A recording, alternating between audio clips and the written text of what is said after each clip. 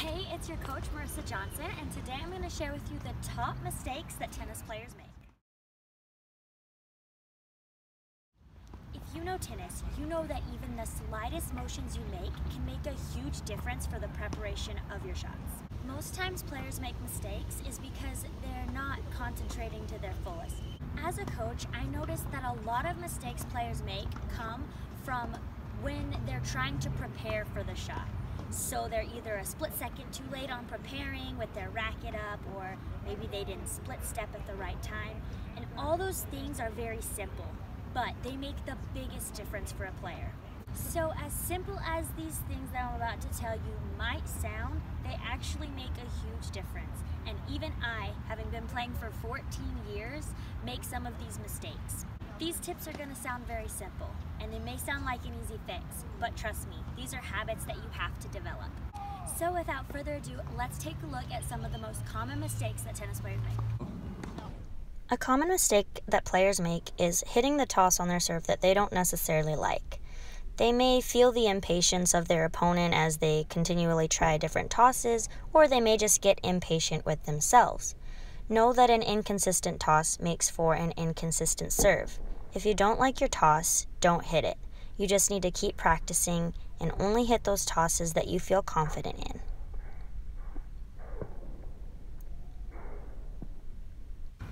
Another thing players do is subconsciously lower their arms and hands when they are at the net to volley. This drastically cuts into your reaction time, and this may happen when you're too focused on the ball or the opponent. Just know that you have to keep those arms up so you'll be prepared for that next volley. Players also tend to practice their shot that they like the best most often. Know that you have to practice the shots that you hate just as much as you practice the shots that you love. And if there's any one shot that I'd say practice more than the others, maybe the serve and return, because those are the most important shots in tennis, in my opinion. But just try to equalize your time as best you can. Another thing that players do is they don't bend their knees as much as they could or should when they practice. They may do this if they're too tired or they just don't have the habit of it. Get low in your shots. Lastly, and most importantly, is the timing of the split step. Either you don't do the split step at all, or you may do the split step too early or too late. Most often, players do it too early.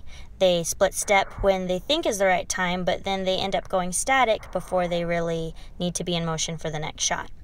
So here's a good type of rule of thumb, I guess, for how to split step at the right time.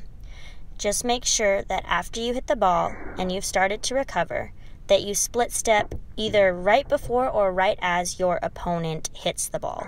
This is a general statement and can vary. But if you do this, you will probably be in motion for a good amount of time, and then you won't go static.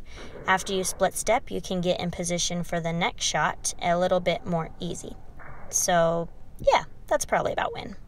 Okay, so I hope you guys enjoyed all those tips. I hope that you kind of maybe realize that you are making some mistakes that you shouldn't be.